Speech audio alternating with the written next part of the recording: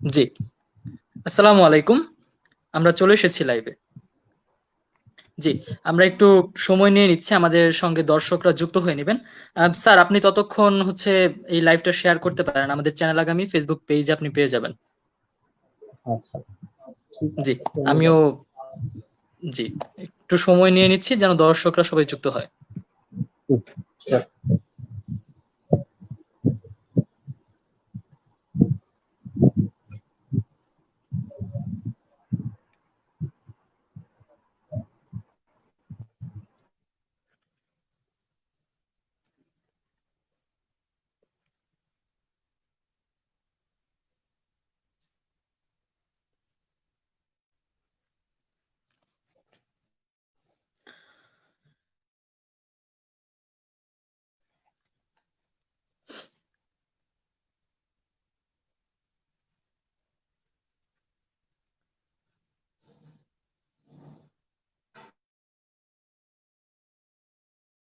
পেয়েছেন আপনি?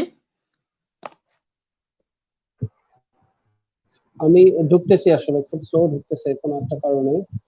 আমি কেবল পেজে আচ্ছা, সময় নেন। ঢুকতে পেরেছি। আচ্ছা, দেখছি। জি, আমি আপনাকে লাইভের লিংকটি দিয়েছি, রিয়াদ ভাইয়াও দিয়েছেন, আচ্ছা, একটু গ্রুপে সময় আপনি পেয়ে যাবেন। হ্যাঁ, আচ্ছা, আপনি দেখেছেন আমি তো দেখছি না। আচ্ছা, দেখি লোড হোক।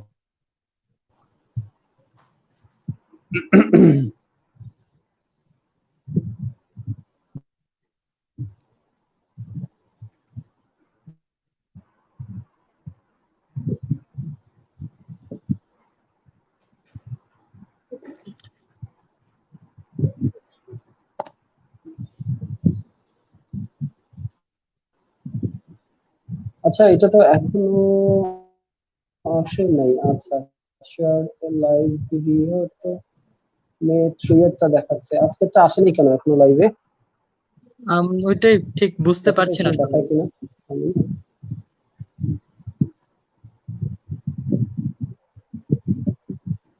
না, এখনো আমি কিন্তু পাই নাই ইয়েতে। হ্যাঁ, আপনি লিংকটাতে লাইভটা ক্লিক করলে পেয়ে যাবেন। লিংকটাতে যদি লিংকে না।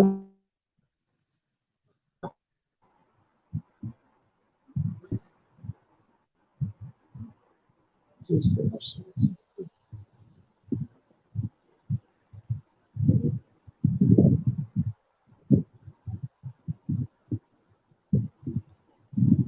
এটা ঢুকো তো, শেয়ার দাও। আচ্ছা, এখন আসছে। ঠিক আছে। আমাদের সঙ্গে হ্যাঁ, দর্শকরা ঠিক যুক্ত আছে। হচ্ছেন। ঠিক আছে, আমি হুম। সবাইকে আবারও স্বাগতম জানাচ্ছি। আসসালামু আলাইকুম, স্বাগতম জানাচ্ছি আড্ডা আগামীর আজকের লাইভ সেশনে। আজকের এই আড্ডা আগামীর লাইভ সেশনটিতে ঠিক আড্ডা হবে না, হবে একটি সুন্দর বিষয় নিয়ে আলোচনা, একটি সুন্দর সেক্টরের দিকে আলোচনা। সেই বিষয়টা হচ্ছে কোভিড-19, স্বাস্থ্য সচেতনতা ও দাঁতের যত্ন। ঠিক এই সংকটকালীন সময়ে যখন পুরো বিশ্ব একটি ভাইরাসে আক্রান্ত, একটি মহামারীতে আক্রান্ত, আমাদের এই বাংলাদেশও ঠিক সেই সময় আমরা আশ্বস্ত হতে চাই ডাক্তারদের কাছ থেকে, আমরা আশ্বস্ত হতে চাই স্বাস্থ্যকর্মীদের কাছ থেকে। আম, এ, স্যার, ওই সেকেন্ড ডিভাইসটা থেকে মেবি শব্দ আসতেছে, হ্যাঁ, হ্যাঁ, হ্যাঁ, সেকেন্ড ডিভিশন থেকে শব্দ আসছে মিউট সম্ভবত। করে দিন। দাঁড়াও, হ্যাঁ, এটাকে কিভাবে করবো? আচ্ছা, থ্যাংক ইউ। মিউট করে দিন। জি জি, হ্যাঁ, আচ্ছা। হ্যাঁ, হ্যাঁ, হচ্ছে। তো আজকের এই সংকটকালীন সময়টিতে এই বাংলাদেশের মানুষজন এবং পুরো বিশ্বের মানুষজন যখন একটু আশ্বস্ত হতে চায়, একটু ভীতি থেকে দূরে থাকতে চায়, একটু সচেতন হতে চায়, এই মহামারী থেকে একটু দূরে থাকতে চায়, দূরে রাখতে চায় নিজেকে, ঠিক সেই সময় সে অন্য কারো কাছ থেকে না, একজন স্বাস্থ্যকর্মীর কাছ থেকে সে আশ্বস্ত হতে চায়। সে একজন ডক্টরের মুখ থেকে শুনতে চায় কিছু সচেতনমূলক বাণী। সে একজন ডক্টরের কাছ থেকে শুনতে চায় সে কিভাবে সুস্থ থাকবে, এবং এই মহামারীটি শুধু সচেতনতার মাধ্যমেই যে নির্মূল করা সম্ভব, এটা একজন স্বাস্থ্যকর্মীর কাছ থেকে তারা শুনতে চায়। ঠিক সেই সময় চ্যানেল আগামীর এই ভিন্নধর্মী আয়োজন। আজকে আমাদের সঙ্গে আছেন অন্য কেউ নন, আমাদের সঙ্গে আছেন আমাদের সকলের প্রিয় ডক্টর মোহাম্মদ সালসাবিল ইবনে শামীম। বর্তমানে বাংলাদেশ অ্যালায়েন্স ফর মার্কিন ফ্রি ডেন্টিস্ট্রির প্রেসিডেন্ট পদে নিয়োজিত আছেন। তিনি আছেন ডেন্টাল ইমপ্ল্যান্ট অ্যাসোসিয়েশন অফ বাংলাদেশের এক্সিকিউটিভ কমিটি মেম্বার। তিনি আছেন সাফেন উইমেন্স ডেন্টাল কলেজের এক্স লেকচারারও ছিলেন তিনি।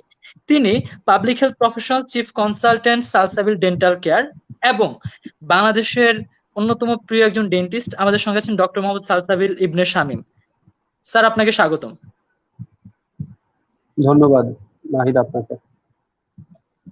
জি, আমরা যে বিষয়টি নিয়ে আজকে কথা বলবো যে আমাদের ঠিক এই সময়টিতে যখন আমরা সকলে একটু ভীতির মধ্যে রয়েছি যে আসলে কোভিড-19 অনেক মহামারী, কোভিড-19 এর এই সময়টিতে অনেক সচেতন থাকা দরকার। হয়তো এই ভাইরাসটা অনেক ক্ষতিকর, হয়তো এই ভাইরাসটা থেকে আমরা অনেক ভীতিতে থাকবো। কিছুক্ষণ আগে একটা সাংবাদিকের একটা রিপোর্ট দেখছিলাম যে সাংবাদিক বলছিলেন যে মুগদা মেডিকেল কলেজের একজন ডক্টর বলছিলেন যে এই সময়টিতে মানুষজন খুব বেশি হার্ট অ্যাটাকের দিকে মারা যাচ্ছে। যে কোভিড-19 হচ্ছে ঠিকই, কিন্তু তিনি ওই বিষয়টা নিয়ে ভাবতে ভাবতে তিনি আরো তার অবস্থা খারাপ করে ফেলছেন ভয়ের কারণে।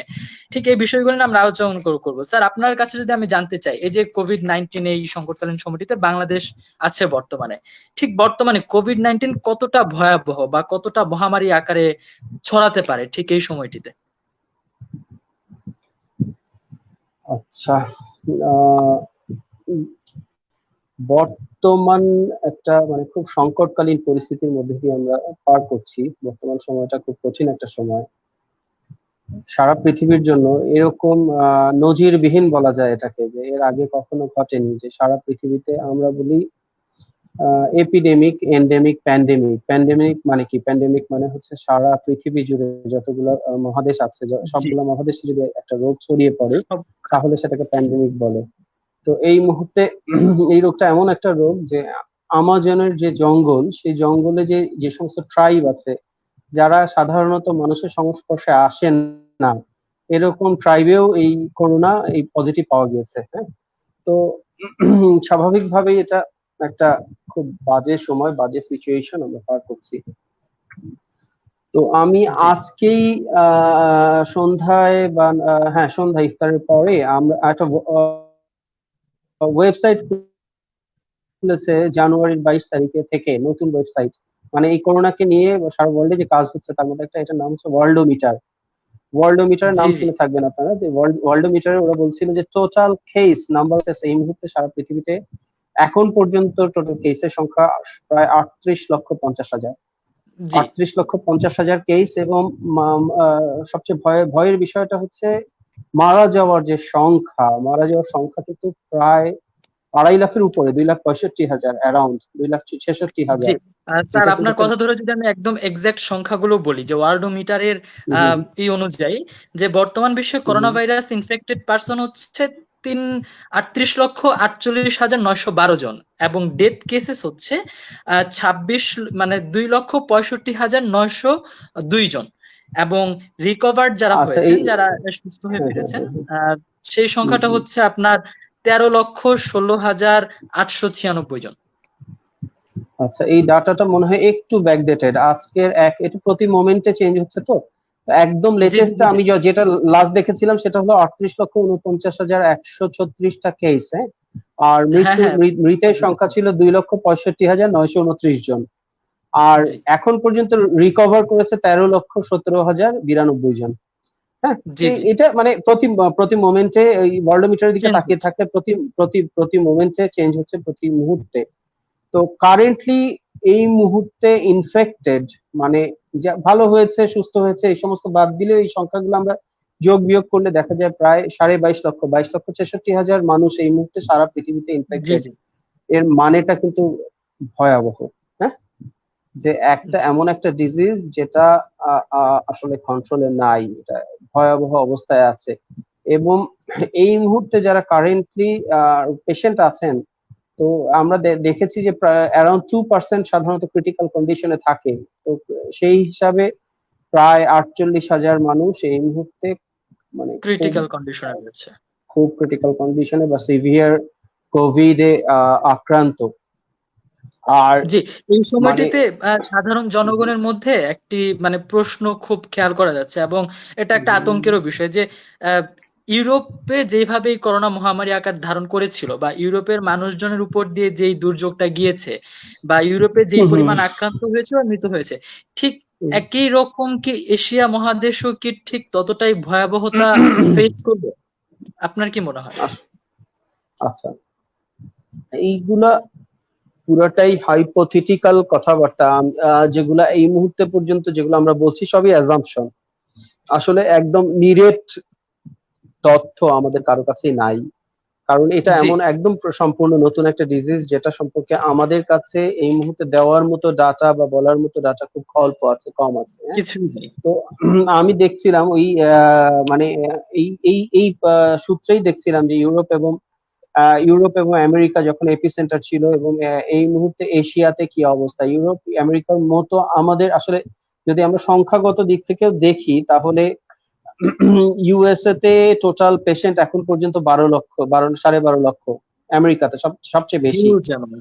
হ্যাঁ, হিউজ, প্রচুর প্রচুর পরিমাণে। এরপর ইটালিতে দেখেছি 2,14,000, স্পেনে দেখেছি 2,56,000। সেখানে আমেরিকাতে মৃতের সংখ্যা প্রায় 74,000, এই মুহূর্তে 75,000 অ্যারাউন্ড। ইটালিতে 26,000, স্পেনে 29,000 মৃত, এগুলো মৃতের সংখ্যা।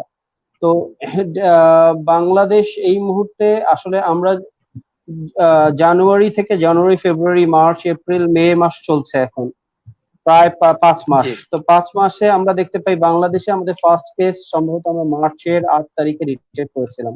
মার্চের 8 তারিখে, তো 8 তারিখ সম্ভবত, আমার এক্সাক্ট খেয়াল নেই ডেটটা। তো মার্চ, এপ্রিল, মে আমাদের 2 মাস পার হয়েছে। তো মোটামুটি বাংলাদেশে এখন তাহলে প্রায় অ্যারাউন্ড 60 দিন অতিবাহিত হয়েছে, 2 মাস অ্যারাউন্ড। আজকে 6 তারিখ, তাই না? 7 তারিখ, 59-60 দিন, রাইট।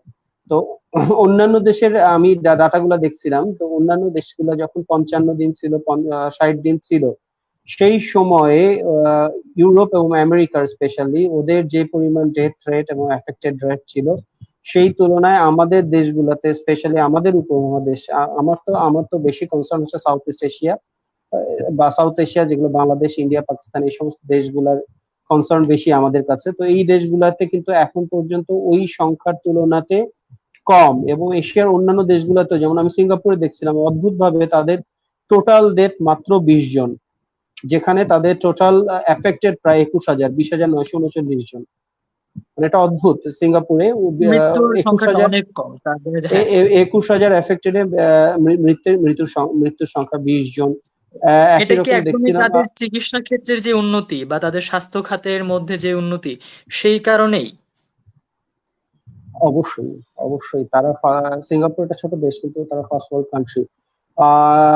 তারপরে তবে এখানে আসার বিষয় যে হচ্ছে, আমি জাপান এবং ইন্ডিয়ার তুলনা করতে পারি, ইন্ডিয়া বা পাকিস্তানে।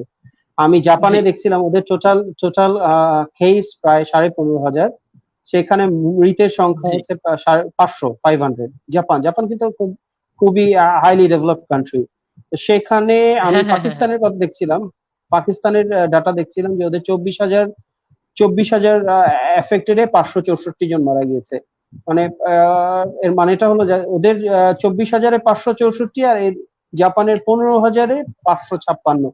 এর মানেটা কি? প্রায় 10,000 বেশি পাকিস্তানে এফেক্টেড, কিন্তু মৃতের সংখ্যা কম। হ্যাঁ, বা মৃতের সংখ্যা সমান। তো তারপরে ইন্ডিয়াতে আমি দেখলাম, ইন্ডিয়াতে 53,000, ইন্ডিয়া বিশাল দেশ, বাংলাদেশের কত 13টা না 17টা দেশের সমান একটা দেশ। তো ওদের 53,000 এখন পর্যন্ত এফেক্টেড, সেখানে মৃত্যুর সংখ্যা হচ্ছে 1700 বা 1800, অ্যারাউন্ড 1800। তো সেই সমস্ত দিক হিসাব করলে আমি অনেক আশাবাদী, এবং আমি নিজেকে সান্ত্বনা দেই যে আমরা আমাদের এই সাউথ ইস্ট এশিয়ান কান্ট্রি গুলা, এশিয়ান দেশগুলা, ইউরোপ এবং আমেরিকার থেকে এখন পর্যন্ত অনেক ভালো অবস্থানে আছে। জি, এটা আসলেই ঠিক যে হ্যাঁ, অন্যান্য দেশগুলো যতটা ফেস করেছে বা অন্যান্য মহাদেশগুলো যেই পর্যায়ের প্যান্ডেমিক সিচুয়েশন ছিল, ঠিক সেই বিষয়গুলো বাংলাদেশে না আসুক, আমরা সেই ক্ষেত্রে ততটা আশাবাদী, আমরা খুব দ্রুতই যেন এটা নির্মূল করতে পারি। এবার আমরা যদি আপনাকে বলতে চাই, আমাদের সঙ্গে অসংখ্য দর্শক যুক্ত হয়েছেন, দর্শকরা আপনাকে সালাম জানিয়েছেন, যে সঞ্জীব মাহেদি আসসালামু আলাইকুম ওয়ালাইকুম জানিয়েছেন, আসসালাম। রেদওয়ান করিম জানিয়েছেন আসসালামু আলাইকুম। আচ্ছা, আপনারা সবাই আমাদের সঙ্গে থাকুন, খুব দ্রুত লাইভটা শেয়ার করে দিন। আজকে অনেক সচেতনতার কথা হবে, অনেক নতুন তথ্য আপনারা জানতে পারবেন, অনেক কিছু জানতে পারবেন। ঠিক এই মুহূর্তে আমরা যদি বলি যে একটা কোশ্চেনও আছে যে ইন্ডিয়া এত বড় একটা দেশ বা এত জনসংখ্যা ওদের ওদের মধ্যে, ঠিক আহ ওদের 50,000-এর ঘরে এখন, কিন্তু বাংলাদেশে ঠিক 59তম দিনে যখন আমরা 12,000 ছুঁই ছুঁই বা 12,000 স্পর্শ করেছে আমাদের আক্রান্তের সংখ্যা, বাংলাদেশ কি ইন্ডিয়া থেকে বেশি এফেক্টেড হয়ে যাবে কিনা, একটা রেশিওর যদি আপনি দেখতেন বিষয়টা। আচ্ছা, বাংলাদেশের এই মুহূর্তে টোটাল কেসের সংখ্যা দেখছিলাম আমি, এটা ওয়ার্ল্ডোমিটারের থেকে দেখলাম 12,425 এই মুহূর্তে টোটাল হ্যাঁ, কেস। এর ভিতরে মৃতের সংখ্যা বলেছে 199 জন, এবং হ্যাঁ, রিকভার্ড এর যে সংখ্যাটা ওয়ার্ল্ডোমিটার, অ্যাকর্ডিং টু ওয়ার্ল্ডোমিটার 1910 জন। হ্যাঁ, তো 1910 জন। 1910 জন রিকভার্ড, তারা বলছে টোটাল কেস 12,425। আর ইন্ডিয়াতে যেটা দেখছিলাম, দেখছিলাম হচ্ছে 53,045টা কেস আর 1,787। এখন এখানে আসলে তুলনামূলক বিচার করাটা একটু ডিফিকাল্ট। আর্থসামাজিক অবস্থায় কিছু কিছু ক্ষেত্রে ইন্ডিয়া বিশাল বড় দেশ, ওদের কিছু কিছু জি। জায়গায় ওরা আর্থসামাজিক ক্ষেত্রে আমাদের চেয়ে অনেক এগিয়ে আছে, যোজন যোজন এগিয়ে আছে, আবার কিছু কিছু রাজ্যে ওরা আমাদের চেয়ে অনেক পিছিয়ে আছে। তো জি। আমাদের দেশে ছোট দেশ, আসলে কিছু আহ, না চাইতেও কিছু তর্ক সাপেক্ষ বিষয় চলে আসে, যে আমরা যেভাবে হঠাৎ করে ওপেন করে দিচ্ছি সবকিছু, ইন্ডিয়াতে কি এরকম এখনো ওপেন করে দেওয়া হয়েছে কিনা। এবং আমরা তো অবশ্যই এখন অলরেডি 3-4 মাস পরে এসে সবাই কম বেশি জানি কিভাবে ট্রান্সমিশন হচ্ছে কোভিড-19 হ্যাঁ, হ্যাঁ, ডিজিজটা, একজন মানুষ থেকে আরেকজন মানুষে কিভাবে ছড়াচ্ছে, সাধারণত হাঁচি কাশির মাধ্যমে, এয়ারবোর্ন অথবা টাচ, হ্যাঁ, বাতাসে মোটামুটি ভেসে বেসিক আসছে। ধারণাগুলো আমাদের সবার মধ্যেই রয়েছে আর কি, বা সবারই আমরা সবাই সবারই জানি। সবারই কম বেশি, হ্যাঁ, কম বেশি যারা আমরা সোশ্যাল মিডিয়াতে অ্যাক্টিভ, এই জিনিসগুলো এখন আমরা মোটামুটি জানি যে কি কারণে ছড়াচ্ছে, কি হচ্ছে, কেন হচ্ছে। তো সেই ক্ষেত্রে সেখান থেকে বলা যায় যে আসলে এই মুহূর্তে যে বললাম, এটা একটু তর্ক সাপেক্ষ বা প্রশ্ন সাপেক্ষ, যে এই মুহূর্তে আমরা আসলে সব মার্কেট গুলা খুলে দিচ্ছি, আমরা সব বাজার ঘাট খুলে দিচ্ছি, আহ আমরা ইফতার কেনাকাটার জন্য মানুষ মানে দোকানপাট খুলে দিচ্ছি। তো এই জিনিসটা আসলে কতটুকু যৌক্তিক হচ্ছে, বা এর জন্য আমাদেরকে অনেক বড় মাসুল দিতে হবে কিনা, এটা বলাটা খুব ডিফিকাল্ট। যেখানে জি, তা তো অবশ্যই। আজকেও সম্ভবত বাংলাদেশের নতুন কেসের সংখ্যা দেখছিলাম কত, 700+, 700 700। প্লাস প্রতিদিনই হ্যাঁ, প্রতিদিনই বাড়ছে, প্রতিদিন এভরিডে ইট ইজ ইনক্রিজিং। এই ইনক্রিজিং সময়ের মধ্যে এটাকে করাটা কতটুকু ওয়াইজ হয়েছে জানি না। এখানে আমি একটু সাথে বলে রাখতে চাই, বেসিক্যালি আমি জানি না সরকারের নীতি নির্ধারণী পর্যায়ে ওনারা কিভাবে জিনিসটাকে ভাবছেন বা চিন্তা করছেন। আমরা সাধারণত যে কোনো ভাইরাল মানে এই যে কোনো ইনফেকশন, ভাইরাল ইনফেকশনের ক্ষেত্রে স্পেশালি এখানে আমাদের বডি যে ঠেকানোর একটা প্রতিরোধ ক্ষমতা, এটাকে বলে আমাদের বডির ইমিউনিটি। তো জি, জি। ইমিউনিটি বিভিন্ন বিভিন্ন রকম হয়, অ্যাকোয়ার্ড ইমিউনিটি, ইননেট ইমিউনিটি, কিছু মানুষের একজন আরেকজন থেকে পায়। তো এর ভিতরে একটা ইমিউনিটির একটা টাইপ আছে, এই ধরনের মাস জন মানে মানুষের ক্ষেত্রে যখন অনেক ছড়িয়ে যায় তখন একটা টার্ম বলে, সেটাকে বলে হার্ড ইমিউনিটি। হার্ড ইমিউনিটি জিনিসটা হচ্ছে এরকম একটা জিনিস, সাপোজ ধরেন আমার করোনা আছে, এখন আমার বডির, আমার নিজস্ব কিছু পরিমাণ তো অবশ্যই ইমিউন সিস্টেম অ্যাক্টিভ থাকে বা প্রতিরক্ষা ব্যবস্থা থাকে। আমার জি, জি। প্রতিরক্ষা ব্যবস্থা, আমার শরীরের মধ্যে যে প্রতিরক্ষা ব্যবস্থাটা আছে, সে করবে কি, ওই যে ভাইরাসটা আমার শরীরে আছে তার এগেনস্টে তো অবশ্যই কিছু পরিমাণ যুদ্ধ করবে। তো যুদ্ধ করে সে যখন আবার সেকেন্ড আরেকজনকে দিবে, সেই সেকেন্ড আরেকজনের শরীরেও তার যে নিজস্ব প্রতিরক্ষা ব্যবস্থা, সেও কিন্তু ভাইরাসের এগেনস্টে কিছুটা যুদ্ধ করবে। সেকেন্ড জোন থেকে থার্ড জোনে যখন যাবে, তখন দেখা যায় সেই থার্ড জোনেও সেই তৃতীয় ব্যক্তির যে প্রতিরক্ষা ব্যবস্থা, এভাবে প্রতিটা ক্ষেত্রে একটু একটু একটু করে ভাইরাসের যে মানুষকে এফেক্ট করার ক্ষমতা, এই ক্ষমতাটা একটু একটু একটু করে কমতে থাকে। হ্যাঁ, এইভাবে একটা সময় ভাইরাস তার কর্মক্ষমতা হারিয়ে ফেলে, বা তার কর্মক্ষমতা হারিয়ে না ফেললেও একদম যে একেবারে খুব সিভিয়ার পর্যায়ে যে ডিজিজটা করছিল, সেই ডিজিজ করার ক্ষমতাটা কমে যায়। এটাকেই বলে বেসিক্যালি হার্ড ইমিউনিটি, করার ক্ষমতাটা কমে কমে যায় কমে আস্তে যায়। আস্তে আস্তে রাইট, আস্তে। Right, right. কিন্তু এখানে বিষয়টা হচ্ছে যে এখানে সবচেয়ে ডেঞ্জারাস বিষয় যেটা আমার কাছে মনে হচ্ছে, এখন আমি জানি না গভর্নমেন্টের বা নীতি নির্ধারণী পর্যায়ে ওনারা কি হার্ড ইমিউনিটির জন্যই চিন্তা করছেন কিনা, যে সব খুলে দেই, আস্তে আস্তে আস্তে আস্তে এইভাবে করে কমে যাক। কিন্তু সমস্যা যেটা, সেটা হচ্ছে যে হার্ড ইমিউনিটির ক্ষেত্রে যে একটা দেশের বা একটা এলাকার অন্তত 80% মানুষকে সেই রোগটা দ্বারা ইনফেক্টেড হতে হয়। মানে এটা বইয়ের কথা।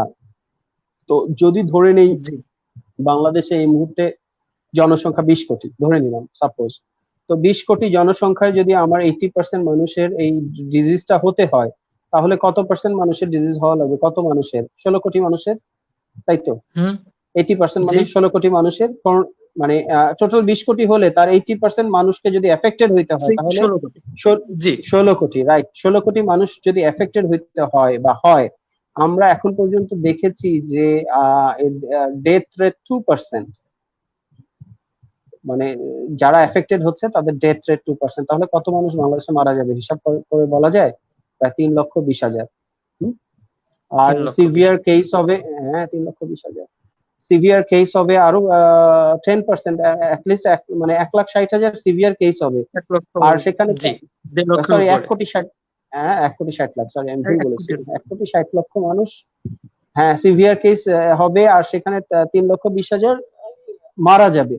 তো একটা বিষয় চিন্তা করার বিষয় আছে যে আমাদের দেশে আমরা কতটুকু লাইফ সাপোর্ট দিতে পারবো, কতটুকু চিকিৎসা দিতে পারবো, এগুলো তো আসলে প্রশ্ন সাপেক্ষ বিষয়, আমরা কম বেশি সবাই জানি জিনিসগুলো সবকিছু মানে আলোচনার বাহিরে না কোনো কিছু, আসলে সবকিছু কোনো কিছু সমালোচনার বাহিরে না। আলোচনা তো সবকিছু নিয়েই হয়, সমালোচনা আছে এখানে অনেক।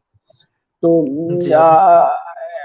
এই পরিস্থিতিতে আসলে এটা আমরা এই এই এই লাশের ওজন, এই ভার যদি আল্লাহ না করুক এরকম কিছু হয়, আমরা কি প্রস্তুত নেওয়ার জন্য? মানে আমরা তো এটা তো মানে আমরা উন্নত বিশ্বের হিসাবে বলছি যে 3,20,000 হয়তো মারা যাবে, বা আরো কমই মারা গেল, 1,00,000ই মারা গেল ধরলাম।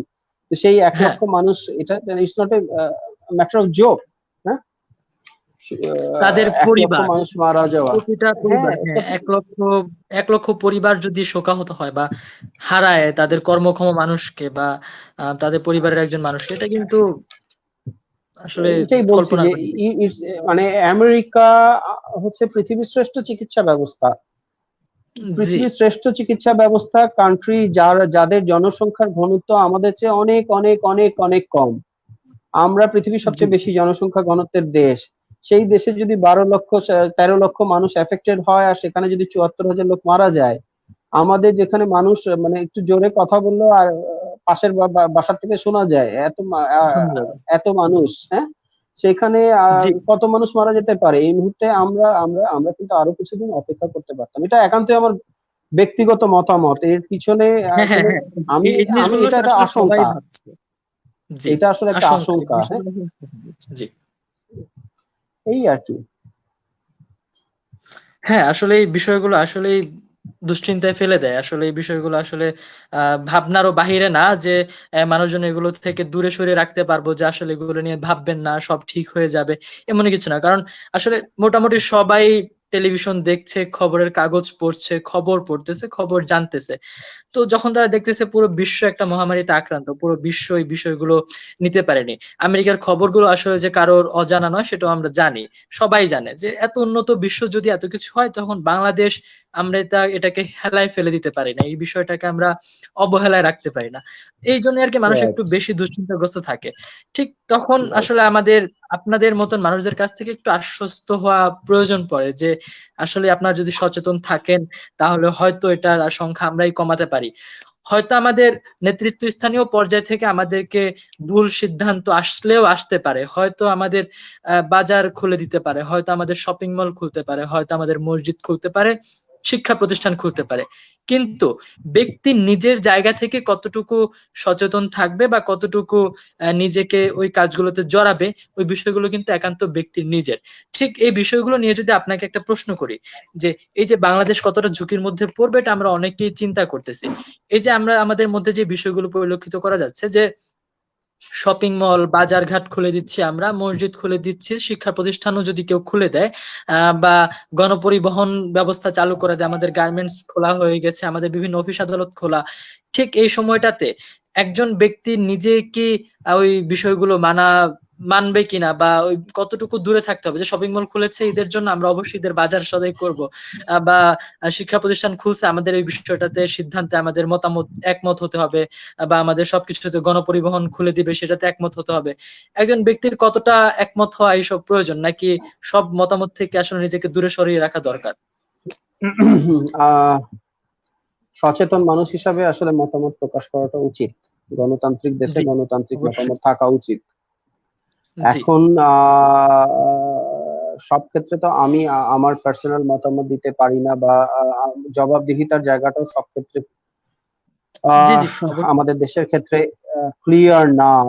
সেই ক্ষেত্রে মানে আমি পার্সোনালি আমার মতামত হবে যে আমি এরকম সময়ে আমি অবশ্যই বাজার করতে যাব না, বা আমি অবশ্যই। ঈদের কেনাকাটা করতে যাব বা এরকম কিছু করতে যাব না। যতখানি সোশ্যাল ডিস্টেন্সিং মেনটেন করা সম্ভব মেনটেন করব, বাসাতে থাকবো। সবচেয়ে ভালো হচ্ছে বাসায় থাকা, ঘরে জি, থাকা। জি, জি। এটা খুব ইম্পর্টেন্ট। একজন ব্যক্তি নিজে নিজের জায়গা থেকে যতটুকু সচেতন থাকবে, ঠিক ততটুকু যদি আমরা সমাজে একটা সমাজ সচেতন থাকুক, এরকম আরো 10টা সমাজ সচেতন থাকুক, ঠিক এভাবেই কিন্তু আসলে আমরা নিজেরাই পারি যে আমাদের এই দুশ্চিন্তার জায়গা থেকে নিজেদেরকে দূরে সরিয়ে রাখতে, বা আমাদের এই স্বপ্নের সুন্দর একটা বাংলাদেশে যে মহামারীটা খুব বেশি বিস্তার লাভ না করতে পারে, এই বিষয়টা থেকে আমরা ওই নিজেরাই যদি সচেতন থাকি তাহলে এই মহামারীটা ছড়াবে না আসলে। আচ্ছা, আরেকটা একদম সঠিক। যদি, যে বিষয়গুলো নিয়ে আজকের এই লাইভ সেশন বা আলোচনা, ঠিক রমজান মাস চলছে, এই সময় মহামারীও আছে অনেক।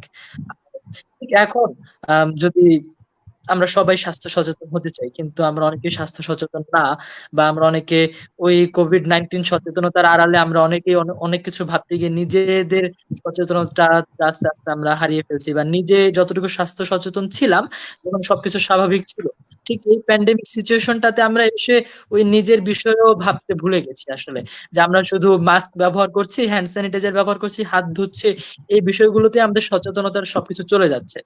আপনাকে যদি জানতে চাই যে এই রমজান মাসে একজন মানুষ আরো কতটা দিক দিয়ে স্বাস্থ্য সচেতন হতে পারে?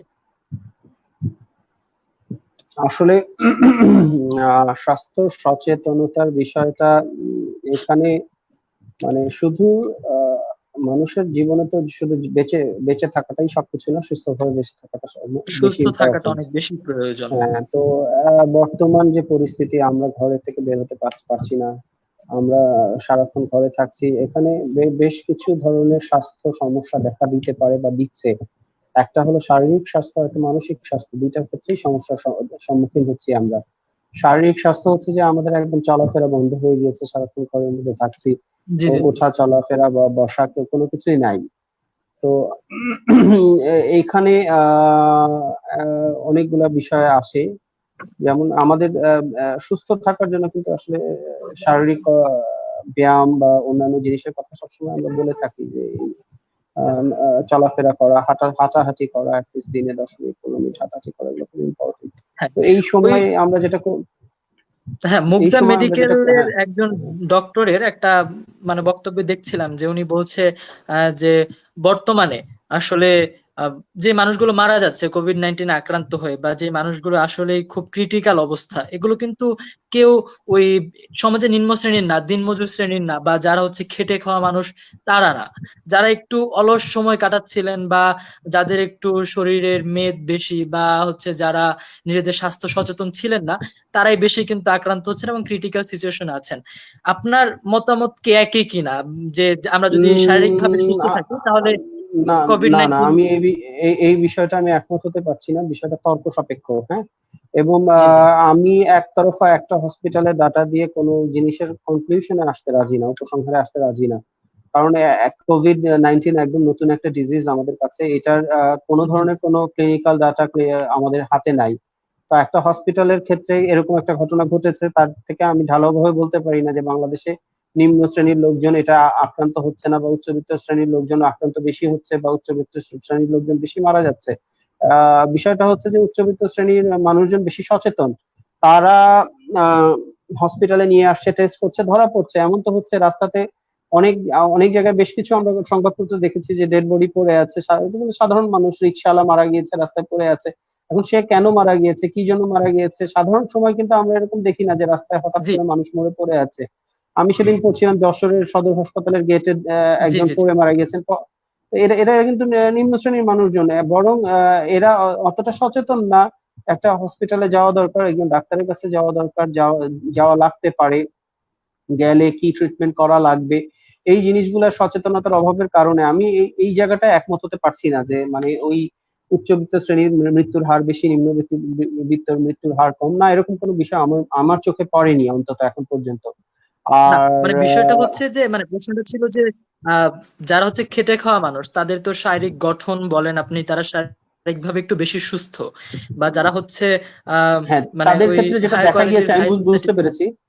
বুঝতে পেরেছি, তাদের ক্ষেত্রে যেটা দেখা গিয়েছে, যারা পরিশ্রমী, কর্মটা এখন নিয়মিত ব্যায়াম করে, জিমে যায়, বা একজন রিক্সাওয়ালা, জি, যারা তাদের ইমিউনিটি, তাদের নিজস্ব যে প্রতিরোধ ক্ষমতা অবশ্যই সাধারণ একজন ইমিউন মানুষের সিস্টেমটা চেয়ে খুব ভালো। বেশি ডেভেলপ। অবভিয়াসলি তো সেই ক্ষেত্রে অবশ্যই তার বডি, এটা এটা একটা কমন সেন্স, হ্যাঁ, তার বডি স্বাভাবিকভাবেই অন্যান্য মানুষ এখন যে জি, যে জিনিসগুলো আমরা স্যার, ডাব্লিউএইচও প্রোটোকলে আপনার দেখেছি। সঙ্গে আহ, আপনার কাছ থেকে কিছু, হ্যাঁ হ্যাঁ, আপনার কাছ থেকে কিছু জানতে চাওয়ার জন্য আপনার হুম, সঙ্গে হুম। একজন দর্শক যুক্ত হবেন। আপনার আচ্ছা, সঙ্গে, আপনার কাছে কিছু প্রশ্ন রাখবেন, আমরা সেই দর্শককে যুক্ত করতে যাচ্ছি, আপনি যদি অনুমতি দেন। হ্যাঁ, শিওর, অবশ্যই। জি, দর্শক আসসালামু আপনার আলাইকুম স্যার। নাম বলে প্রশ্ন করুন। স্যার আমি আরাফাত বলছিলাম। স্যার আমার আপনার কাছে একটি প্রশ্ন ছিল, সেই প্রশ্নটি হচ্ছে বর্তমান সময়ে আমরা গৃহবন্দী যে আছি সবাই, গৃহবন্দির মধ্যে দেখা যায় যে আমরা শরীরের যত্ন যদি নিতে চাই, আহ, সবাই নিতে চেষ্টা করি, কিন্তু আমরা পারছি না। এখন আমরা যদি স্বাস্থ্যবিধি মেনে চলতে চাইলেও কিভাবে আমরা আমাদের স্বাস্থ্যবিধিটা আরো বেশি সচেতনতার সাথে মেনে চলতে পারি, সেটার ব্যাপারে যদি একটু বলতেন।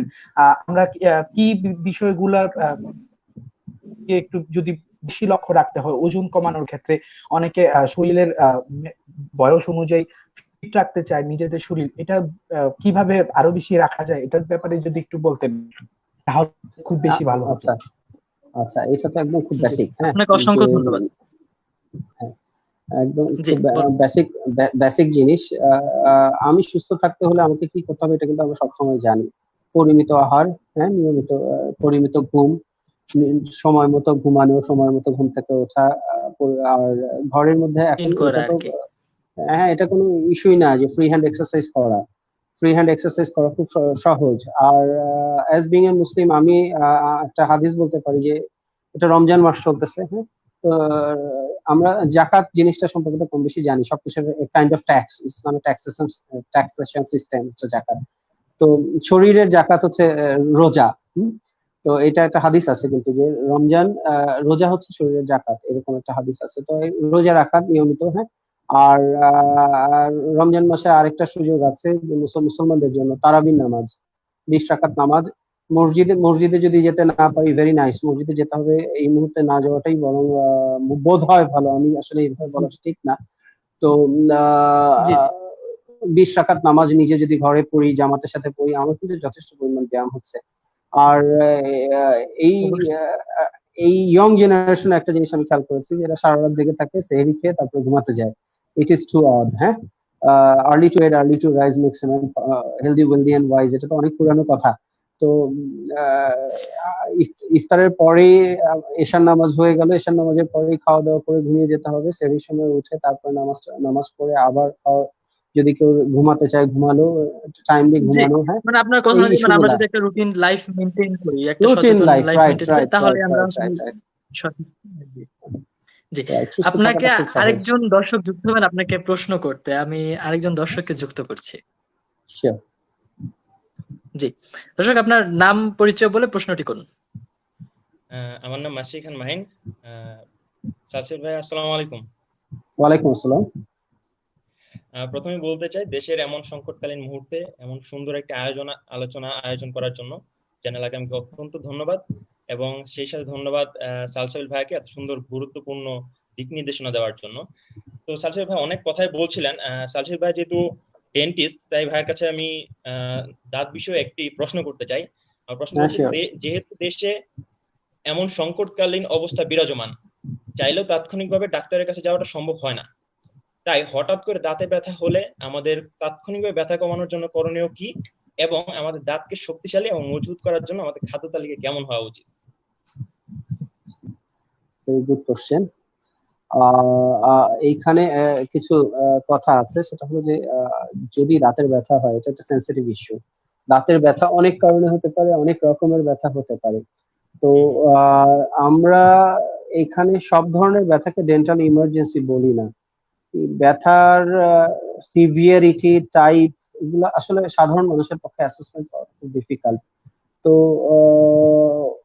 যদি হালকা ব্যথা হয়, অল্প ব্যথা হয়, আমার সহ্য করার মতো সহনীয় ব্যথা, তো সেই সমস্ত ক্ষেত্রে ঘরের কিছু টোটকা চিকিৎসা আছে, বা আমরাও রেগুলার কিছু চিকিৎসার কথা বলে থাকি। যেমন হালকা গরম পানি, 1 গ্লাস হালকা গরম পানিতে 1 চা চামচ লবণ মিশিয়ে সেই গরম পানিটা দিয়ে কুলি করা, দিনে 7 থেকে 8 বার 10 বার কুলি করা। সাধারণত দাঁতের যদি বড় কোনো সমস্যা না হয়, ছোটখাটো সমস্যার কারণে এইসব ব্যথাগুলা, যে সমস্ত ছোটখাটো ব্যথা হয়, সেই ব্যথাগুলা এতেই চলে যায়। আর এটা 4-5 দিন সময় লাগে। এতেও যদি না যায় এবং প্রচন্ড ব্যথা হচ্ছে, সিভিয়ার ব্যথা, আমি সহ্য করতে পারছি না, এরকমও হয়, গড়াগড়ি করছে পেশেন্ট, তো সেই সমস্ত ক্ষেত্রে আসলে অবশ্যই একজন certified dental surgeon, qualified dental সার্জনের সাথে পরামর্শ নেওয়া ওভার ফোনে, সে যদি কোনো ওষুধ প্রেসক্রাইব করে সেটা করা। আসলে এই সময় আরেকটা জিনিস খুব ইম্পর্টেন্ট, আমি এই কোশ্চেনের সাথে বলে রাখতে চাই, এই মুহূর্তে বর্তমান সময়ে বর্তমান পরিস্থিতিতে ডেন্টাল চেম্বার গুলা is a kind of time bomb. হ্যাঁ, কেন টাইম বোম সেটা আমি বলি। যেমন আমি জোড়যন্ত্র নামে একটা ইন্টারন্যাশনাল অনলাইন বেসড ডেন্টিস্টদের সংগঠন আছে, ওখানে দেখছিলাম ওরা একটা গ্রাফিক্যাল প্রেজেন্টেশন দিয়েছে। গ্রাফিক্যাল প্রেজেন্টেশনে একজন ডেন্টাল সার্জন যদি একজন COVID-19 পজিটিভ পেশেন্টের কাজ করে, তাহলে ওই ডেন্টাল সার্জনের এফেক্টেড হওয়ার চান্স কতটুকু তার একটা পার্সেন্টেজ দিচ্ছে। এটা শুধু ডেন্টাল সার্জন না, এটা হেলথ ওয়ার্কারদের জন্য দিয়েছে। তো হেলথ ওয়ার্কারদের মধ্যে সবচেয়ে বেশি চান্স ডেন্টাল সার্জনদের, ওরা ওখানে দেখেছে 97.5%। মানে একজন রোগী যদি কোভিড পজিটিভ হয় এবং সেই ডেন্টাল সার্জন যদি ওই রোগীকে কাজ করে কোনো ধরনের, তাহলে 97% বা 98% কেসে ওই ডেন্টাল সার্জন দেখা গিয়েছে যে কোভিড সংক্রমিত হচ্ছে। আচ্ছা, গেল একটা। আরেকটা বিষয় হচ্ছে যে তারপরেও ধরেন আমরা আমাদের ক্ষেত্রে আমাদের পার্সোনাল প্রোটেক্টিভ ইকুইপমেন্ট আছে, পিপিই আছে, মাস্ক আছে, এগুলা পরে কাজ করলাম পেশেন্টের। কিন্তু আমি যেই রুমে কাজ করব, প্রথমে তো আমরা বলেছিলাম যে বাতাসে ভেসে থাকে না, কোভিড এর জীবাণু কিছু সময় পরেই পড়ে যাচ্ছে মাটিতে, ইত্যাদি ইত্যাদি অনেক ধরনের কথাবার্তা আমরা পেয়েছিলাম। কিন্তু আমি বেশ কিছু স্টাডি পড়েছি, চাইনিজ স্টাডি। একটা জায়গায় এক আইসিইউর 8 ফুট উঁচুতে ছাদে ভাইরাস পাওয়া গিয়েছে, মানে ভাইরাসটা ভেসে ভেসে গিয়েছে, কিন্তু আর আরেক জায়গায় পাওয়া গেছে 14 ফুট ডিস্টেন্স পর্যন্ত। আইসিইউতে 14 ফিট ডিস্টেন্সে, পেশেন্ট থেকে 14 ফিট দূরে বাতাসে ভেসে গিয়েছে, যেখানে নেগেটিভ প্রেসার রুম, মানে যেখানে বাইরের থেকে কোনো বাতাসের ফ্লো নাই, ফ্যান চলছে না, কিছু হচ্ছে না, সেই সমস্ত জায়গাতেও উপরের দিকে 8 ফিট এবং সাইডে 14 ফিট পর্যন্ত পাওয়া গিয়েছে ভাইরাস। তো এখন আমাদের ডেন্টাল চেম্বার গুলো তো সাধারণত এর চেয়েও ছোট হয়, একটা ওটি রুম গুলা। এবং এখন পর্যন্ত কোনো এফেক্টিভ ওয়ে আবিষ্কার হয় নাই যে একটা পেশেন্ট যেই রুমে আছে সেই রুমটাকে আমরা জীবাণুমুক্ত করতে পারি, কিভাবে করতে পারি, এরকম কোনো এফেক্টিভ ওয়ে এখন পর্যন্ত আবিষ্কার হয়নি। সাপোজ আমি একটা কোভিড পজিটিভ পেশেন্টের কাজ করলাম, আমি আমার পার্সোনাল প্রোটেক্টিভ সিস্টেম নিয়ে নিলাম, আমার কিছু হলো না, কিন্তু এরপরে যদি আমার ওই দিন আরো 10 জন 15 জন 20 জন রোগী আসে, আরো 10 জন রোগী যদি আসে, সেই 10 জনের আমার মনে হয় যে হয়তো 8-9 জন বা 10 জনই ওই ডেন্টিস্টের কাছ থেকে বা ওই ডেন্টাল চেম্বার থেকে কোভিড নিয়ে যেতে পারে। এবং এটা তো চক্রবৃদ্ধি হারে ছড়াবে, একজন যখন নিয়ে গেল তার ফ্যামিলি মেম্বার 4 জন থাকলে সেই 4 জনের হবে, সেই 4 জন বাইরে গিয়ে আরো 4 জনকে বা 8 জনকে ছড়াবে। এই মানে একজন dentist could B A super spreader. কারণ আমরা সাউথ কোরিয়ার কেসে এরকম দেখেছিলাম একটা, যে এক মহিলার কাছ থেকে 1400 জন একজনের থেকে এফেক্টেড হয়েছে, এই আর কি। আর এই একটা কোশ্চেন ছিল, আরেকটা কি কোশ্চেন ছিল? পেইন ম্যানেজমেন্ট, আরেকটা কি ছিল?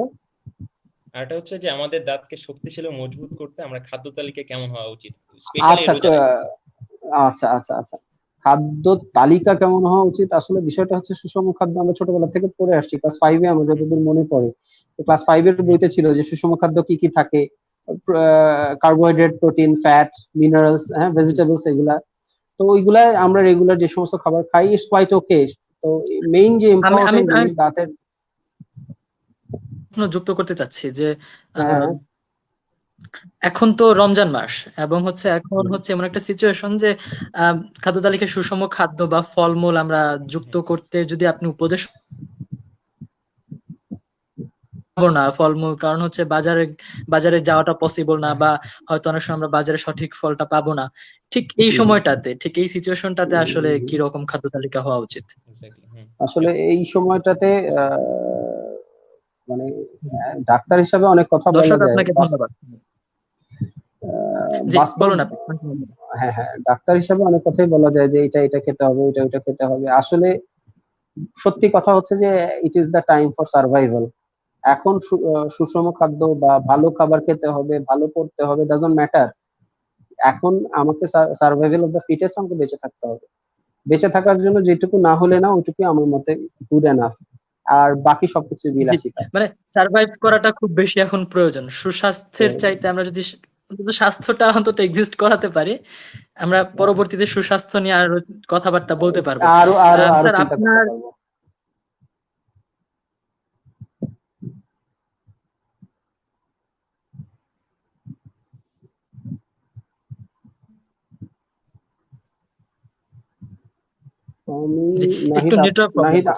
হ্যাঁ, নেটওয়ার্ক প্রবলেম হচ্ছে মনে হয়, আমি তো আপনাকে শুনতে পাচ্ছি না। জি জি, দুঃখিত আমি। স্যার, আপনার এই লাইভ সেশনটি দেখার জন্য আসলে কাতার থেকে একজন যুক্ত হয়েছেন, যে ইমন নামের একজন, যে আমি কাতার থেকে জয়েন করলাম।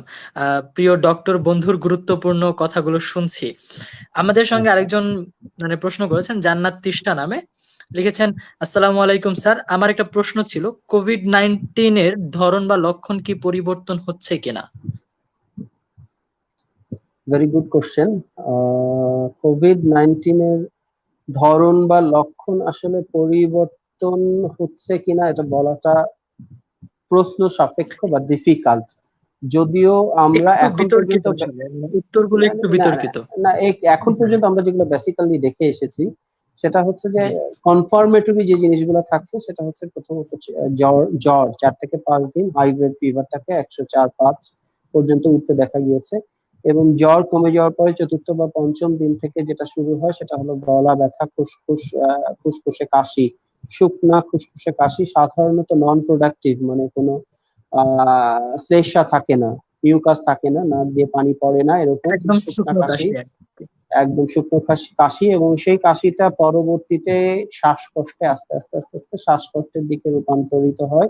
শ্বাসকষ্টটা কখনো বাড়ে, কখনো কমে যায়, এবং যারা খারাপ হয় তারা এই শ্বাসকষ্ট থেকেই, আমি বেশ কিছু রোগীর ডিটেলস পড়েছি, ইতালি কিছু পেশেন্টের, কিছু ডাক্তারের মতামত পড়েছি, আমাদের ডক্টরদের যে ইন্টারন্যাশনাল কমিউনিটি আছে সেখানে কিছু লেখা পড়ছিলাম, যে বেশিরভাগ ক্ষেত্রে রোগীরা বলতে থাকে যে ডাক্তার সাহেব, আমার মনে হচ্ছে যে আমি একটু পানিতে ডুবে যাচ্ছি, এরকম একটা অনুভূতি আমার তৈরি হচ্ছে, মনে হচ্ছে আমি পানির মাঝখানে হারিয়ে যাচ্ছি। এবং এর থেকে কিছু রোগী ফেরত আসছে, কিছু রোগী মারা যাচ্ছে। আর এগুলো হচ্ছে সিভিয়ার সিমটমের কথা বলা হয়েছে। বেসিক্যালি আরেকটা কথা বলা হচ্ছে মাইল্ড সিমটম। একটা জিনিস কিন্তু খুব ইম্পর্টেন্ট যে 80% কেসে মাইল্ড সিমটম বা সিমটম লেস হয় করোনা।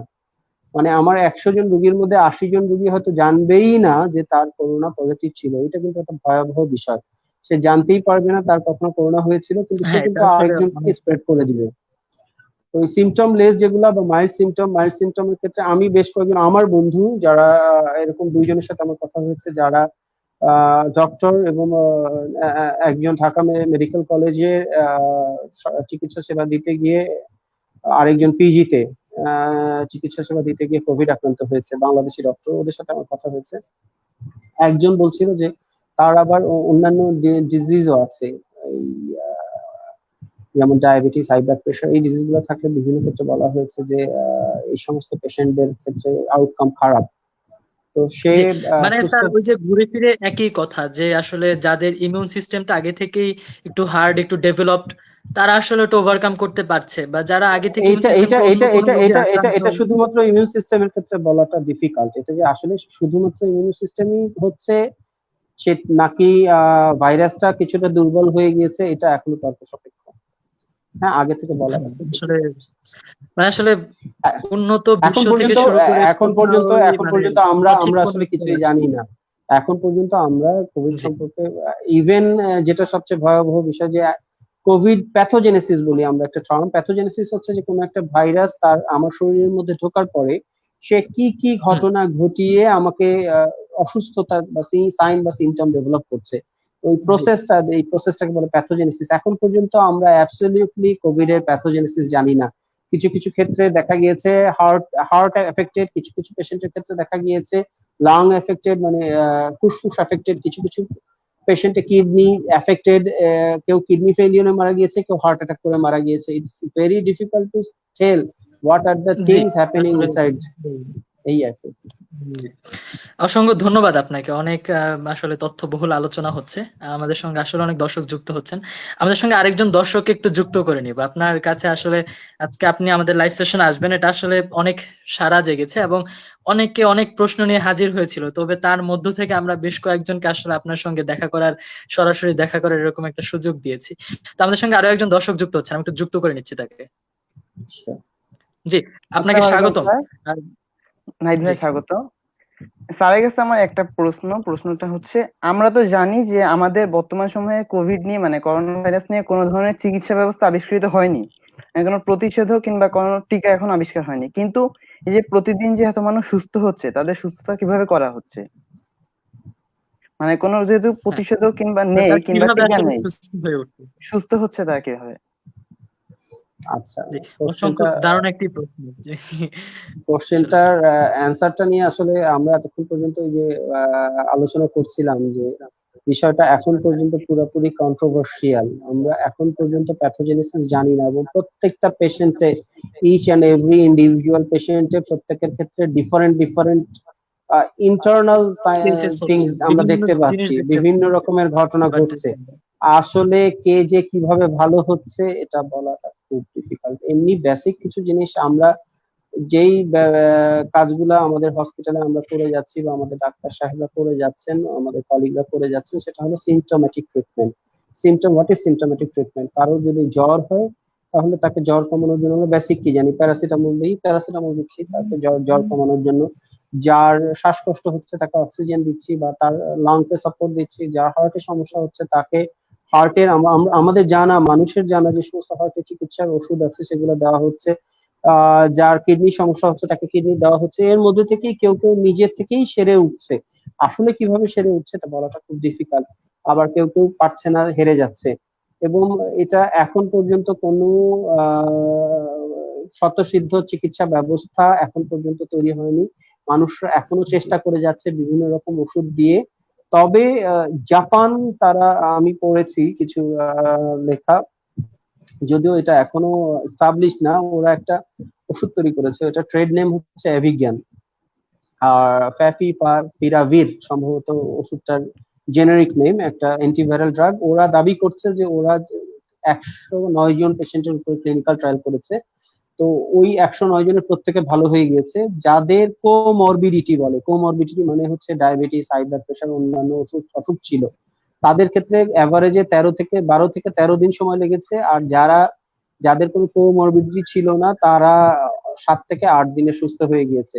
এই ওষুধটা বাংলাদেশে সুখের মানে আশার বিষয় হচ্ছে যে বাংলাদেশে তৈরি হওয়া আরম্ভ হয়েছে। বেক্সিমকো ফার্মাসিউটিক্যাল সম্ভবত ওষুধটা তৈরি করছে। এখন ওইটা ইমপ্লিমেন্টেশন কতদূর হচ্ছে আসলে আমি সরাসরি ফ্রন্টলাইনের যোদ্ধা না, তো আমি বলতে পারবো না। যারা ফ্রন্টলাইনে এই মুহূর্তে কাজ করছেন, যেমন মুগদা হসপিটালে বা উত্তরাতে একটা হসপিটাল আছে, পেটমৈত্রী মানে একদম সরাসরি যারা হসপিটাল, জড়িত তারা আসলে মানে পরীক্ষামূলক এই বিষয়গুলোর শেষে গিয়ে একটা স্টেটমেন্ট দিতে পারবে আসলে যে আমরা পরীক্ষা করেছি, কতটুকু সুস্থ হয়েছে বা কতটুকু কাজ করেছে। এটাই আসলে। জি, দর্শক আপনাকে ধন্যবাদ ভাইয়া।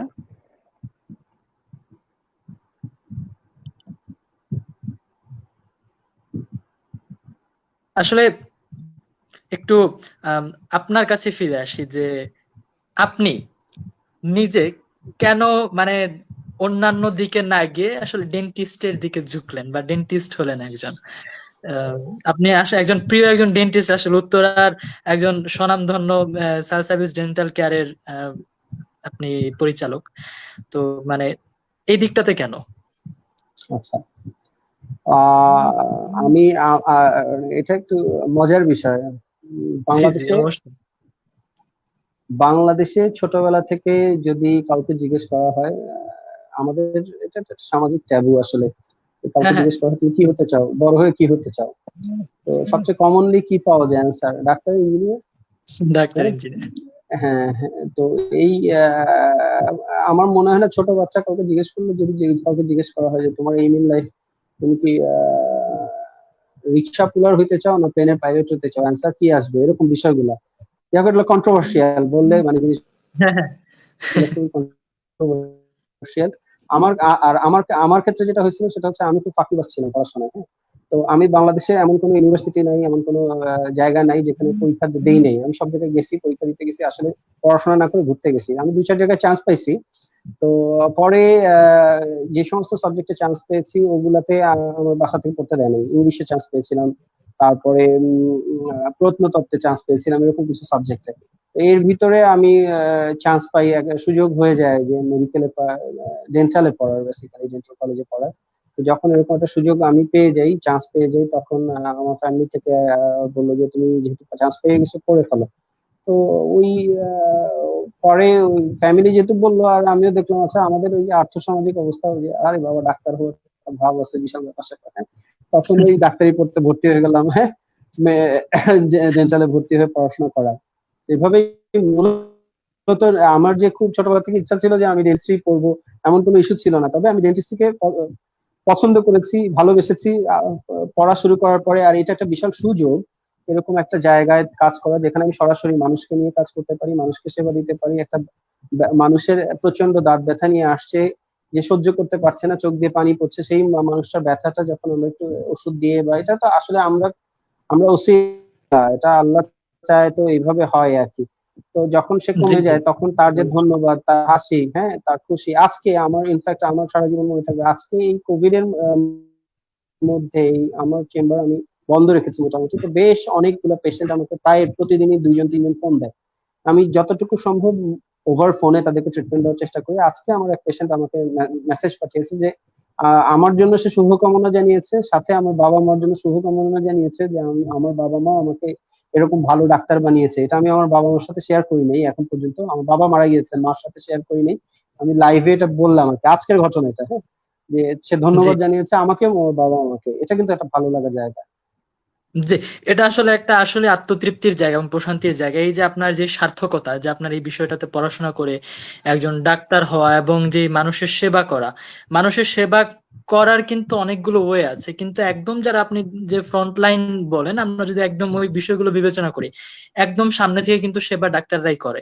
এবং যে যে জায়গা থেকে, নিজের জায়গা থেকে, যেমন আপনি একজন ডেন্টিস্ট হিসেবে যখন সেবা করছেন, সুস্থ হচ্ছে, তিনি তার রোগ প্রতিরোধ করতে পারছে, তখন কিন্তু আসলে তারা আপনাকে যে ধন্যবাদটা জানাচ্ছে বা তাদের, এটা কিন্তু নিজের ভিতর থেকে আসতেছে যে না, আমি আসলে একজন উসিলে ভালো হয়ে উঠতেছি বা একজন আমাকে ভালো করে দিচ্ছে। তখন তাদের Right. ভিতর থেকে যে দোয়াটা আসে এটা আসলে আপনার প্রাপ্য, একদম আপনার প্রাপ্য, এবং আপনার প্রশান্তির জায়গা। আসলে এটা আসলে অনেক ভালো। আপনার কাছে যদি ফিরে আসি যে একটা মানসিক প্রশান্তির জায়গা। স্বাস্থ্য সচেতন, জি জি, স্বাস্থ্য সচেতনতার মধ্যে দাঁতের স্বাস্থ্যের সচেতনতাটা কতটুকু গুরুত্বপূর্ণ? আচ্ছা, আমাদের একটা কথা আছে সেটা আমরা বলি যে ওরাল ক্যাভিটি বা মাউথ, হ্যাঁ, it is the G gateway of health. কারণ আমার গেটওয়ে মানে কি দ্বার, হ্যাঁ। তো আমার শরীরে আমি যা কিছু ঢুকাই, হোয়াট এভার দ্য থিং,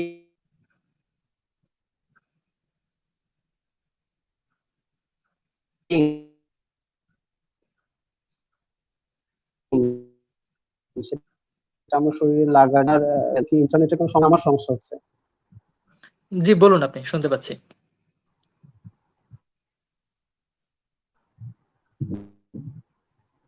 আচ্ছা আচ্ছা, তো mouth is the gateway of health. আমি যদি আমার হেলথের, আমার স্বাস্থ্যের যে গেটওয়ে বা দ্বার, সেটাকে যদি আমি ঠিক না রাখি, তাহলে অবশ্যই বাকি স্বাস্থ্যের সমস্ত কিছুই একদম কিন্তু খুব সহজ, বাসার ভিতরে ঢুকে সবকিছু নিয়ে চুরি করে নিয়ে চলে যাওয়া। তো স্বাস্থ্যের ক্ষেত্রে সেরকম, যে আমি যদি ওরাল ক্যাভিটি বা আমার মুখমণ্ডল, মুখ গহ্বরের আহ, স্বাস্থ্যটার যত্ন না নেই, আমার বাকি কোনো স্বাস্থ্যই ঠিক মতো কাজ করবে না। ইভেন ওরাল ক্যাভিটির সাথে হার্ট সরাসরি রিলেটেড, যে ওরাল ক্যাভিটির ব্যাকটেরিয়া থেকে হার্টের ব্যাকটেরিয়াল এন্ডোকার্ডাইটিস পর্যন্ত হয়, সেখান থেকে কার্ডিয়াক বড় বড় প্রবলেম হতে পারে। এরকম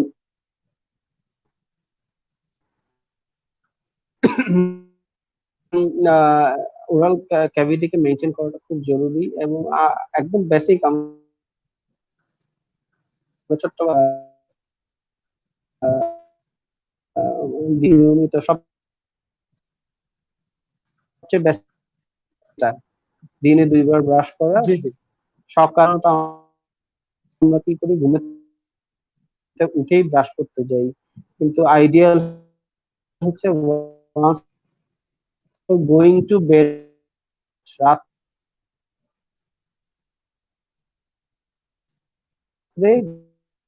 ঘুমানোর আগে আমরা 10টার সময় ঘুমালে নাস্তা করার পরে, এবং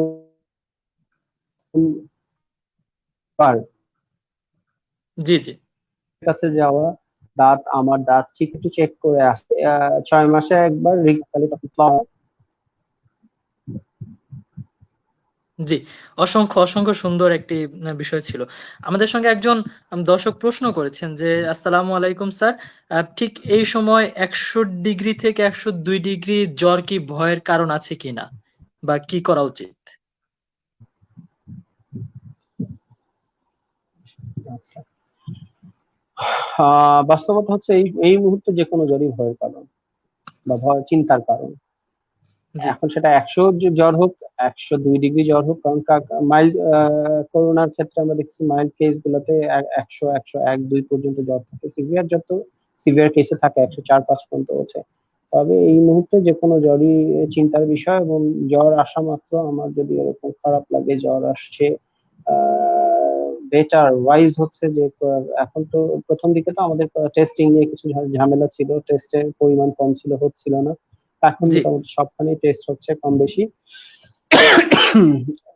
সরি, টেস্ট করে নেওয়া, টেস্ট করে একটু শিওর হওয়া যে is it corona or not, জি জি। এই আর কি। কারণ এবং আগে আমাদের জি যে সমস্ত রোগ ছিল সেগুলো কিন্তু সবই আছে, এমন কোন রোগ নাই যে সমস্ত রোগের কারণে আগে মানুষ ভুগেছে সে সমস্ত রোগ নাই, তা তো না, সেগুলো সবই আছে, এর সাথে নতুন করোনা।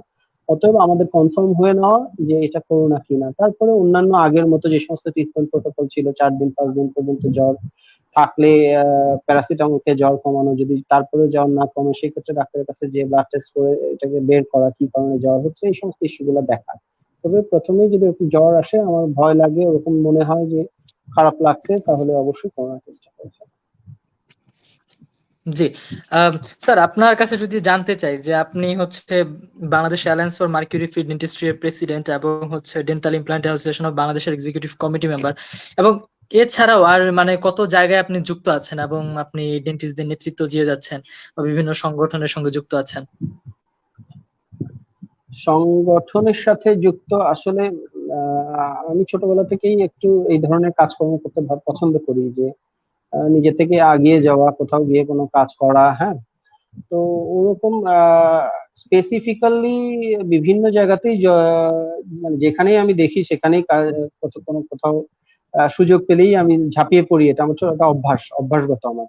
জি জি। আর এমনি ডেন্টিস্টদের সাথে কাজ করছি, যেমন এখানে executive committee member Bangladesh dental implant association, এখানে অনেক বড় বড় স্যার ডেন্টিস্ট্রির পাইওনিয়ারদের সাথে আমি কাজ করছি। এটা বিশাল সুযোগ আমার জন্য, বাহ, এক্সিকিউটিভ কমিটি এরকম একটা জায়গায় এক্সিকিউটিভ কমিটিতে কাজ করা। তারপরে Bangladesh alliance for mercury dentistry, এটা হচ্ছে বেসিক্যালি ইউএসএ বেসড একটা organisation. World alliance for mercury free dentistry এটা নিয়ে কাজ করছে বেশ কয়েক বছর ধরে। আমি 2012 থেকে এই আন্দোলনের সাথে আছি। এটা বেসিক্যালি আমরা দাঁতে জেনে থাকবো যে ফিলিং করে, অনেক সময় গর্ত হয়ে গেলে দাঁত ভরাট করে। তো জি আগেকার আমলে এক ধরনের মেটালিক কালারের, কালো রঙের বা মেটাল কালারের ফিলিং করা হতো। তো সেই ফিলিংটায় পারদ ইউজ করা হয়, 50% মার্কারি বা পারদ।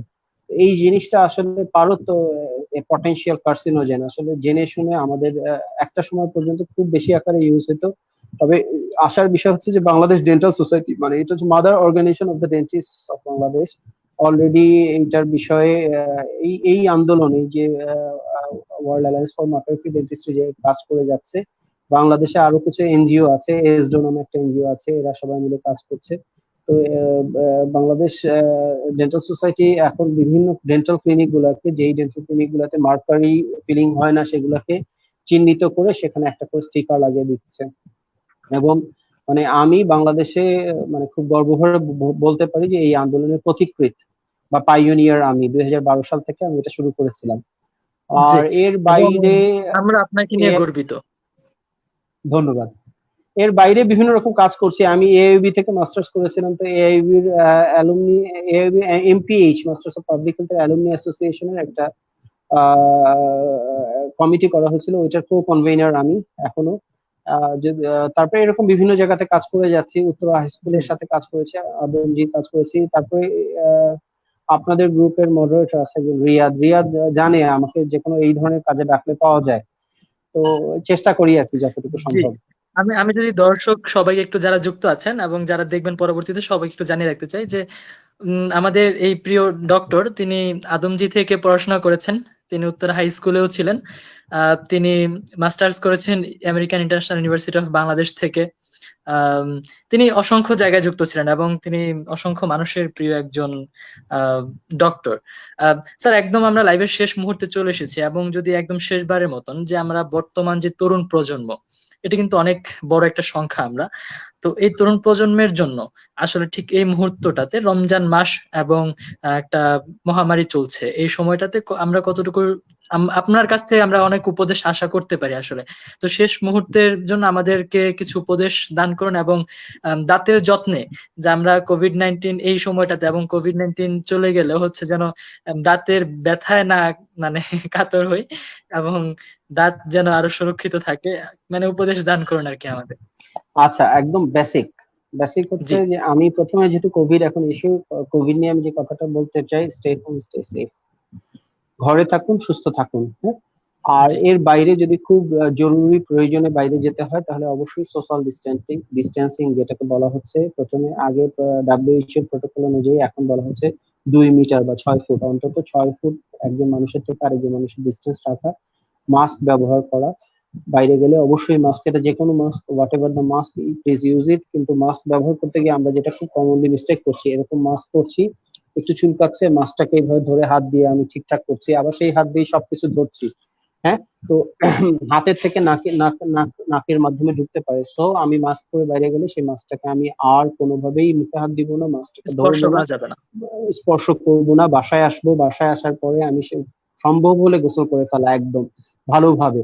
এবং যদি গোসল না করি তো খুব ভালো করে আমার যে সমস্ত সারফেস, আমার ড্রেসটা তো অবশ্যই চেঞ্জ করে ধুয়ে ফেলবো। আমি যেই সমস্ত সারফেস গুলো এক্সপোজ হয়েছিল সেই এক্সপোজ সারফেস গুলোকে ওয়াশ করবো ভালো করে সাবান দিয়ে, পানি দিয়ে।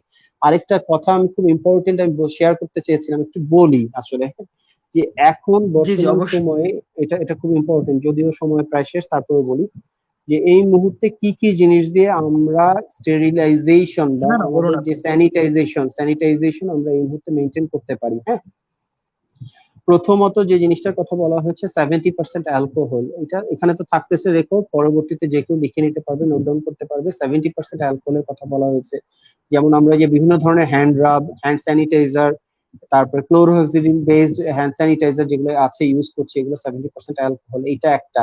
2 নম্বর যে জিনিসটার কথা বলা হয়েছে ওটার নাম হচ্ছে sodium hypochlorite, sodium hypochlorite solution. এটা বাজারে ক্লোরক্স নামে পাওয়া যায়, এক ধরনের ফ্লোর ক্লিনার ক্লোরক্স, যে কোনো বড় সুপারমল গুলোতে পাওয়া যায়। তো এই জিনিসটাও কিন্তু অ্যাবসলিউটলি করোনা ভাইরাসকে ধ্বংস করে। এটাকে স্প্রে করে দিলে, এটা স্প্রে করলে করোনা ভাইরাস ধ্বংস হয়। আরেকটা জিনিসের কথা বলা হয়েছে ব্লিচিং পাউডার। ব্লিচিং পাউডারের ক্ষেত্রে খুব ইম্পর্টেন্ট হচ্ছে এটা আমি কিভাবে ইউজ করবো, হাউ টু ইউজ। এটার ইউজের ক্ষেত্রে যেটা বলা হয়েছে 1 লিটার পানিতে 2 গ্রাম, সরি 20 গ্রাম সম্ভবত, এটা একটু দেখে নিন, 20 গ্রাম 1 লিটার পানিতে ব্লিচিং পাউডার মিশিয়ে জি কিছু সময় রেখে দিব। রেখে দেওয়ার পরে অন্তত 10 মিনিট রেখে দিলে যেটা হবে দেখা যাবে কি কিছুক্ষণ পরে নিচে একটা তলানিতে একটা পাউডার জমা হয়েছে। তো সেই পাউডারটা ফেলে দিয়ে উপরে যে পানিটা আছে সেই পানিটা দিয়ে আমরা ডিসইনফেকশন করতে পারবো। পানিটা স্প্রে করে ছিটিয়ে দিলে কিন্তু আমাদের ভাইরাসটা মরে যাবে। এর বাইরে যেটার কথা জি জি বলা হয়েছে সেটা যে কোনো ওষুধের দোকানে পাওয়া যায়, এটাকে বলা হচ্ছে হাইড্রোজেন পার অক্সাইড। এই হাইড্রোজেন পার অক্সাইডও ওষুধের দোকানে ছোট শিশিতে পাওয়া যায় 20-30 টাকা। এটাও অ্যাবসলিউটলি ভাইরাসটাকে মেরে ফেলে।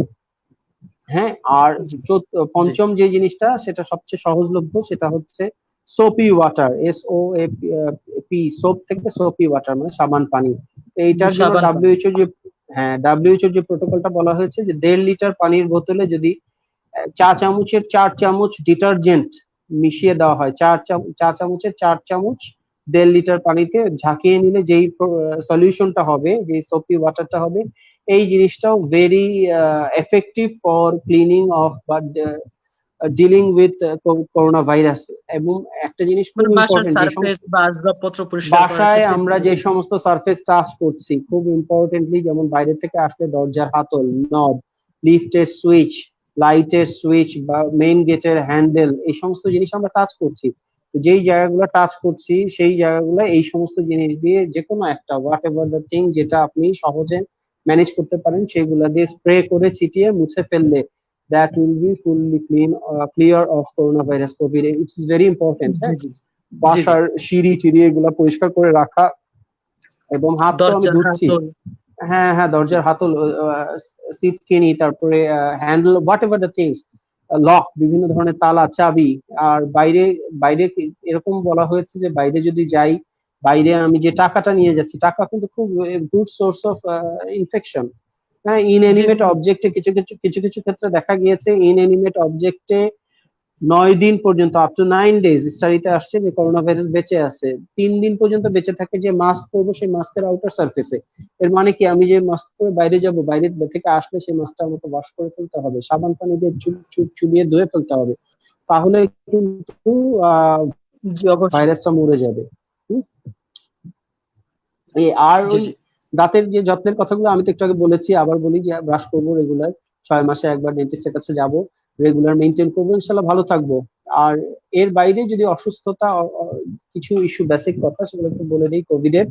সেগুলো হলো যে বাংলাদেশে ঢাকা শহরে প্রথম দিকে এই প্রবলেম গুলো ছিল, এই মুহূর্তে এগুলো সমাধান হচ্ছে কিছুটা। যদি আমি সাসপেক্ট করছি যে I am suspected case of COVID-19, মানে এই মুহূর্তে আমার কাছে কোনো টেস্টের রেজাল্ট নাই, কিন্তু আমার যে সমস্ত সায়েন্স সিমটম সব মনে হচ্ছে যে আমার কোভিড এর মতো।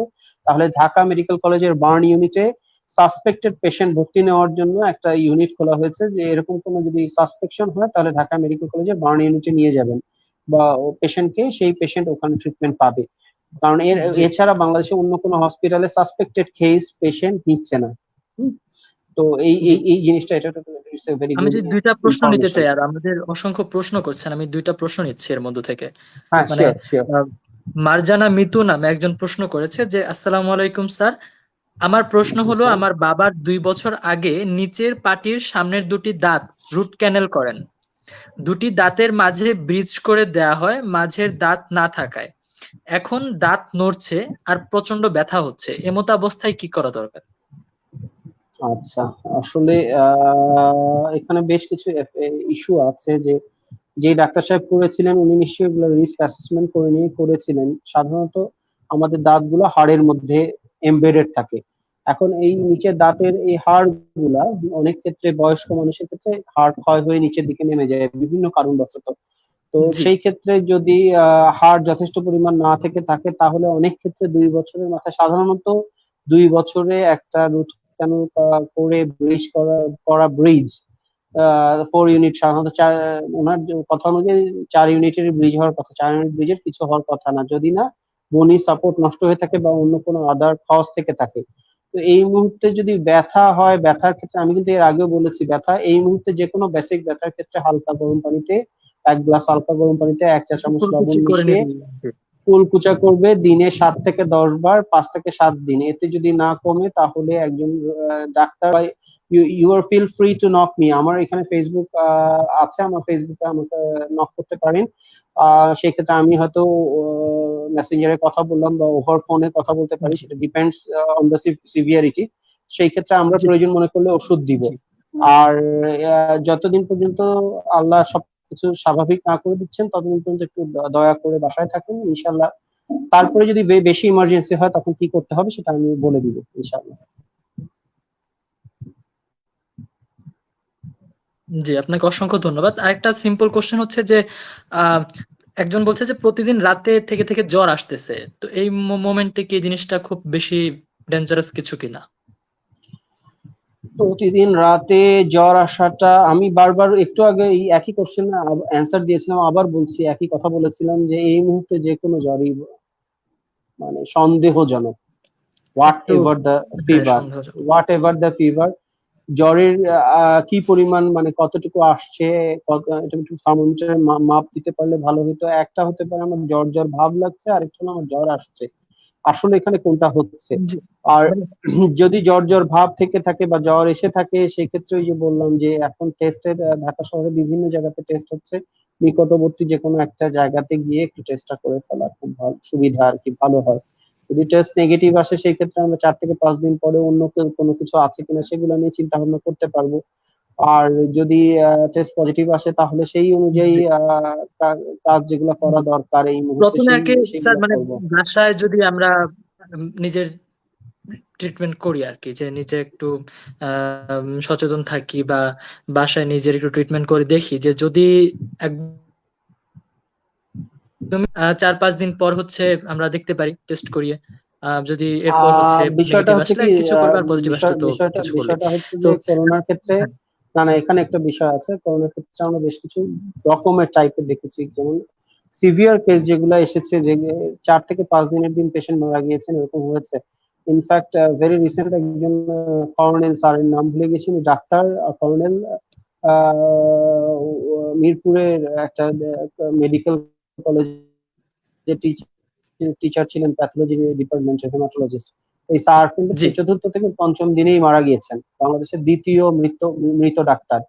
তো দেরি করাটা আসলে এই ক্ষেত্রে ওয়াইজ না, যদি জ্বর আসে সেই ক্ষেত্রে টেস্ট করে ফেলা ভালো। আর যত দ্রুত ঘরে সম্ভব আসলে টেস্ট করে নেওয়া করোনার দরকার। জন্য যে সমস্ত ঘরে যেগুলোর কথা বলা হয়েছে সেগুলোর মধ্যে বলা হয়েছে যে জ্বর আসলে প্যারাসিটামল খাওয়ার জন্য কিছু কিছু অ্যান্টিহিস্টামিন জাতীয় ওষুধ আছে, লোরাটিন বা লোরাটিডিন নামে পাওয়া যায়, এগুলা বা ফেক্সোফেনাডিন, এগুলো বাসায় রাখার জন্য, যদি নাক দিয়ে পানি টানি পড়ে, কারণ এখন সিজন চেঞ্জ হচ্ছে, ঠান্ডা গরম প্রতিদিন বৃষ্টি হ্যাঁ, হচ্ছে, ওই সাধারণ ফ্লু ওই জ্বর ওই হতে ওই পারে বা জ্বরগুলো সিজনাল আসারও একটা, জ্বর হতে পারে। হ্যাঁ হ্যাঁ, ও সিজনাল জ্বরও হতে পারে। আর এই সময় যেটা স্পেশালি করতে হবে, প্রচুর পরিমাণে ভিটামিন সি খেতে হবে। চায়নাতে দেখা গিয়েছে এটা খুব হাই ডোজে, ওরা ডেইলি প্রায় দুই হ্যাঁ, হাজার একটা মিলিগ্রাম, হ্যাঁ যেখানে কার্যকরী একটা নর্মালি বিষয় ছিল। 500, হ্যাঁ হ্যাঁ এফেক্ট করেছে, 2000 মিলিগ্রাম পর্যন্ত ভিটামিন সি তারা খাইয়েছে ওরালি বা আইভিও দিয়েছে তারা পেশেন্টদেরকে, করোনার পেশেন্টদেরকে, এবং সেগুলো একটা পজিটিভ এফেক্ট পাওয়া গিয়েছে। তো আমরা প্রচুর পরিমাণে লেবু, কাঁচামরিচে কিন্তু লেবুর চেয়ে বেশি পরিমাণ, আমরা অনেকে জানি না, কাঁচামরিচে লেবুর চেয়ে বেশি ভিটামিন সি থাকে। তো আমরা কাঁচামরিচ খেতে পারি, রান্না করে না, কাঁচা, হ্যাঁ? ধুয়ে ভালো করে এবং লেবু খেতে পারি। এছাড়া যদি সম্ভব হয় সিভিড বা ভিটামিন সি বিভিন্ন রকমের রিফারবিশন ট্যাবলেট পাওয়া যায়, পানিতে গলে যায়, এগুলা খেতে পারি এই মুহূর্তে। হ্যাঁ, জি জি জি, এই আর অবশ্যই। কি। আর আরেকটা জিনিসের কথা আমি বেশ কয়েক জায়গায় পেয়েছি, এটা আসলে সায়েন্টিফিক কোনো ব্যাখ্যা আছে কিনা আমি জানি না। অনেকে বলছেন যে গরম পানির ভাপ নেওয়ার কথা বলেছেন, অনেকে বলেছেন যারা রোগী সুস্থ হয়ে গেছেন তাদের বেশ কিছু কথা আমি শুনেছি, তারা বলেছেন নাক দিয়ে গরম পানি ভাপ টানার কথা, এবং লব গরম পানি দিয়ে লেবু দিয়ে আদা দিয়ে চা তৈরি করে খাওয়া, এবং গলাটাকে সবসময় গরম রাখা, গরম পানি খাওয়া, এই জিনিসগুলোকে খুব ইম্পর্টেন্স দিয়েছেন তারা। নেটওয়ার্ক একটু প্রবলেম করছিল, জি বলুন। জি না, হ্যাঁ কোনো সমস্যা নাই। আমি ওইটাই বলছিলাম যে এখন বেশি বেশি করে গরম পানি খাওয়া, ঠান্ডা কোনো কিছু না খাওয়া, ঠান্ডা যে কোনো খাবার অ্যাভয়েড করতে বলা হয়েছে, এবং হালকা গরম পানি খাওয়ার সময়, নর্মাল খাওয়ার সময় হালকা গরম পানি যদি খেতে পারেন তাহলে খুব ভালো হয় আমাকে বলেছেন। জি, আপনাকে অসংখ্য অসংখ্য ধন্যবাদ আমাদের সঙ্গে যুক্ত থেকে অসংখ্য অসংখ্য মানুষের অনেক সচেতনামূলক বার্তা দিয়েছেন, আমাদের অনেক কিছু বুঝিয়েছেন ভালো করে, আমাদের অনেক উপদেশ দিয়েছেন। আমরা আশা করি সবাই এটা পালন করে চলবো। ঠিক ৫৯তম দিনে বাংলাদেশে যখন ১২,০০০-এর ঘর স্পর্শ করলো করোনা রোগে আক্রান্তের সংখ্যা, তখন শুধুমাত্র সুস্বাস্থ্যের কথা চিন্তা করে নয়, আমাদের এই প্রিয় ডক্টর যখন বলল যে ঠিক এই মোমেন্টে বেঁচে থাকা এবং এই প্যান্ডেমিক সিচুয়েশনে না জড়ানোর মধ্যে এই বিষয়টা খুব বেশি সিরিয়াস, এবং আমরা ঠিক ওই বিষয়টাতেই খুব বেশি সচেতন থাকবো যে নিজে যেন ব্যক্তিগতভাবে এই করোনার আক্রান্ত রোগী না হয়, এবং আমার কারণে, আমার স্বেচ্ছাচারিতার কারণে যেন আমার পরিবারের কেউ এই করোনা আক্রান্ত না হয়, এবং আমার কারণে আমার সমাজের যেন কেউ এই রোগে আক্রান্ত না হয়। আমরা সেই বিষয়টাতে খুব বেশি খেয়াল রাখবো এবং সচেতন থাকবো, পাশাপাশি সচেতন থাকবো নিজের সুস্বাস্থ্য বজায় রাখার জন্য। সেই ক্ষেত্রে আমাদের যে বিষয়টা খুব বেশি ইম্পর্টেন্ট, আমাদের মুখের বিষয়টা, আমাদের দাঁতের বিষয়টা, এই ক্ষেত্রে আমাদের নিজেদের দাঁতকে সুগঠিত রাখতে এবং দাঁতের যত্ন নিব খুব সুন্দর করে। আমাদের ডক্টর এই লাইভটিতে, সেশনটিতে খুব সুন্দর করে বুঝিয়েছেন আমরা কোন কোন বিষয়গুলো করতে পারি, কোন কোন কাজগুলো করতে পারি এবং কোন কোন কাজগুলো আমরা বর্জন করতে পারি। ঠিক এখন আমরা এই মোমেন্টে আমরা লাইভটি আসলে শেষ করব। একদম শেষ মুহূর্তের জন্য আমাদের সবার উদ্দেশ্যে, বাংলাদেশের এই মানুষদের উদ্দেশ্যে, যারা যারা লাইভটি দেখছে এবং যারা যারা লাইভটি দেখবো, তাদের উদ্দেশ্যে একদম শেষ মুহূর্তে যদি কিছু বলতে চান। আসলে নাহিদ, আপনাকে অসংখ্য ধন্যবাদ, আপনার এই চ্যানেলকে অসংখ্য ধন্যবাদ যে এত সুন্দর একটা চ্যানেল আগামী, তাই তো, এত জি সুন্দর একটা প্রোগ্রামের অ্যারেঞ্জমেন্ট করার জন্য, যেখানে আসলে আমরা তো যতটুকু জানি আমরা চাই বলতে, কিন্তু আসলে সবসময় সবকিছু গুছিয়ে উঠে বলা বা সুযোগটা হয়ে ওঠে না। এরকম একজন সঞ্চালকের, এরকম একজন পারদর্শী সঞ্চালক যদি সাথে থাকে তাহলে জিনিসটা অনেক সহজ হয়ে যায়, সুন্দর হয়ে যায়। জি অনেক কৃতজ্ঞতা, এবং মানে সবাইকে অনেক ধন্যবাদ, এবং পরম করুণাময় আল্লাহর কাছে মানে আশা যে আল্লাহ আমাদেরকে মাফ করে দিন, আমরা যাতে সুস্থ হয়ে স্বাভাবিকভাবে স্বাভাবিক জীবনে খুব দ্রুত শীঘ্রই ফেরত যেতে পারি, এটাই আশা। জি, বাংলাদেশের আপনাকে সব মানুষ অসংখ্য, সুস্থ হয়ে যাক। জি আপনাকে অসংখ্য ধন্যবাদ। আমরা সবাই ঠিক সেই আশাটি ব্যক্ত করছি যে আমাদের চারপাশের পরিবেশ এখন সুস্থ হয়ে গিয়েছে, ঠিক সেই চারপাশের সুস্থ পরিবেশে আমরা যেন আবার বিচরণ করতে পারি। পরম করুণাময় আল্লাহ তাআলার কাছে সেই আশাটি আমরা ব্যক্ত রাখছি, এবং সেই আশাটি ব্যক্ত রেখে আমরা আজকের এই মূল আলোচনা আড্ডায় আগামীর যে লাইভ সেশন কোভিড-19 স্বাস্থ্য সচেতনতা ও দাঁতের যত্ন, ঠিক ছোট্ট করে যদি আমি পুরো বিষয়টিকে 1 ঘন্টা 20 মিনিটের বিষয়টিকে একটু ছোট্ট করে বলি, যে ঠিক প্রথম থেকে আমাদের এই কোভিড-19 সম্পর্কিত বর্তমান সময়ের যে আলোচনা এবং বর্তমান সময়ে যে সংখ্যার তথ্যমূলক যে আলোচনাগুলো সবকিছু আমাদের ডক্টর বলে গিয়েছেন, এবং কোভিড-19 সম্পর্কে সচেতনতা থেকে শুরু করে আমাদের সকলকে আশ্বস্ত করেছেন তিনি, এবং আমাদের এই বর্তমান সময়ে কিভাবে আমরা স্বাস্থ্য সচেতন থাকতে পারি, কিভাবে আমরা সুস্বাস্থ্য বজায় রাখতে পারি, বর্তমানে আমাদের খাদ্য তালিকা কিরকম হওয়া উচিত, বর্তমানে আমাদের দাঁতের যত্ন কিভাবে নেওয়া উচিত, বর্তমানে আমাদের রুটিন লাইফটা কিরকম হওয়া উচিত, সবকিছু নিয়ে আমাদের এই প্রিয় ডক্টর মোহাম্মদ সালসাবিল ইবনে শামীম স্যার আলোচনা করে গিয়েছেন।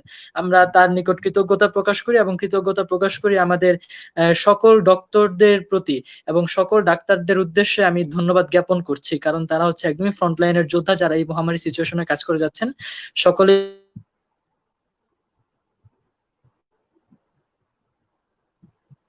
প্রিয় ডক্টরের কথা মেনে চলতে পারবো, আমরা সচেতন থাকতে পারবো, আমাদের পরিবারের মানুষগুলো ভালো থাকবে, আমরা ভালো থাকবো, পৃথিবী সুস্থ হোক, আমরা সকলে সুস্থ হয়ে উঠি।